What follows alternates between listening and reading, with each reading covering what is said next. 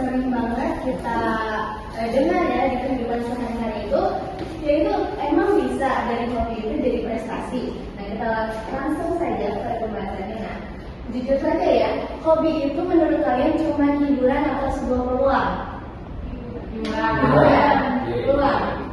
Oke, nah banyak yang berpikir bahwa main games itu dibilang buang waktu, bikin konten dibilang gak jelas, dan gambar-gambar juga dibilang gak ada masa depannya.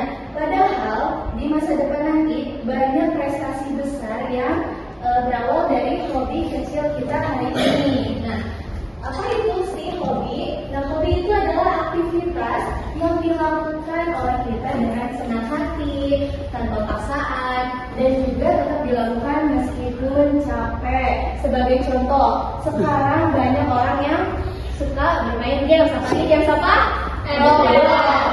Roblox, dan lain-lain. Dan juga banyak orang yang menyukai desain, lalu bermain alat musik. Nah, dari situ kita bisa melihat bahwa hobi yang mereka lakukan itu dilakukan dengan senang hati. Nah, nih saya di sini mau bertanya nih kepada kalian, apakah kalian punya hobi? Ya. Saya punya saya mau bertanya kepada ini. Coba perkenalkan namanya dan hobinya apa? Perkenalkan, nama saya Aiki. Hobi saya itu mendengarkan musik dan juga senang mendesain. Nah, betul sekali. Lalu ada lagi yang punya hobi, Bapak? Sama, ya, perkenalkan nama saya Alif. Hobi saya desain. Desain juga berarti sama ya. Ya. Nah, seperti contoh yang tadi, mendesain menggunakan alat musik. Dan dari situ kita bisa membuka peluang prestasi seperti dan juga bisa mendapatkan cuan. Betul tidak? Betul sekali. Nah, lanjut. Nah, ini adalah pertanyaan yang seringkali ditanyakan oleh orang-orang. Kenapa sih hobi itu sering diremehkan? Nah, yang pertama itu adalah tidak menghasilkan secara instan. Lalu yang kedua, dianggap tidak serius. Dan juga yang ketiga, tidak semua orang paham akan passion kita. Nah, padahal sejatinya prestasi itu bukan hanya tentang nilai rapor, IPK. Nah, prestasi juga adalah mengenai tentang skill, lalu juga konsistensi kita. Nah, selanjutnya itu bagaimana cara kita dari hobi itu menjadi sebuah prestasi. Yang langkah pertamanya itu adalah kenali hobi kalian. Nah, langkah pertama itu simpel, cukup kenali hobi kalian nih. Kalian ini misal kalau belum punya hobi, bertanya pada diri sendiri, apa ya sebenarnya hobi kita? Lalu apa sih yang suka kita lakukan dengan senang hati, tanpa paksaan? Nah, setelah kita mengenali hobi kita, asal hobi kalian, karena suka saja belum cukup, tapi kalian harus mengasah hobi kalian.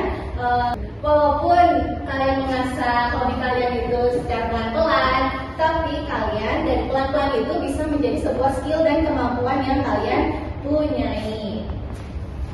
Lalu langkah ketiga itu berani mencoba, karena tidak semua orang memiliki hobi atau prestasi kemampuan yang berani ditunjukkan kepada orang atau show up. Seperti misalnya tadi Alif, saya sih pernah dengar Alif itu suka bermain peran ya. Ya, betul. Nah, tapi orang-orang yang bermain peran itu, orang-orang yang jago acting, tidak selalu berani untuk tampil di depan orang. Hanya saja di depan mungkin teman-temannya, hanya komunitas saja, tidak seperti dilombakan, lomba teater seperti itu. Apakah Alif pernah mengikuti lomba teater?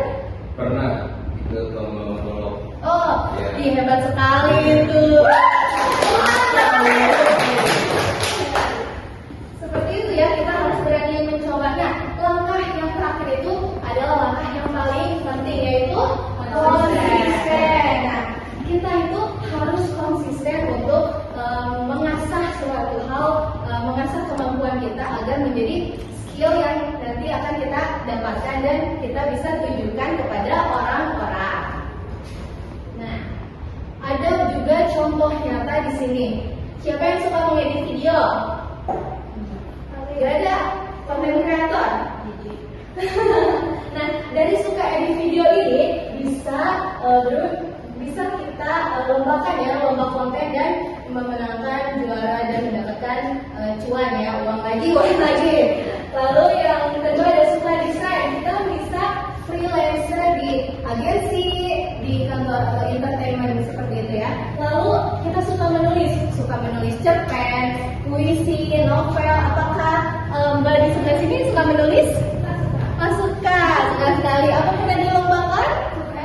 Oh pernah. Nah itu adalah salah satu contoh suka menulis itu bisa menjadi juara lomba. Lalu yang terakhir, tidak terakhir sih, cuman ini yang keempat ada suka ngomong atau berpublic speaking. Nah di situ kita jika suka ngomong atau suka berbicara, kita dapat menjadi MC atau kita bisa mengikuti lomba debat. Terakhir nih, saya mau memberi pantun untuk kalian. Ini pantunnya Gen Z banget nih. Jalan-jalan ke kafe sambil ngopi. Jangan lupa update story hari ini. Punya hobi jangan cuma disukai, asal terus siapa tahu jadi prestasi. Sekian pembahasan mengenai dari hobi menjadi prestasi pada hari ini.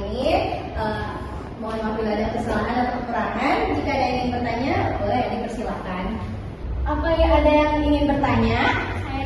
Oh boleh, gitu ya tadi namanya? Iya betul Bu.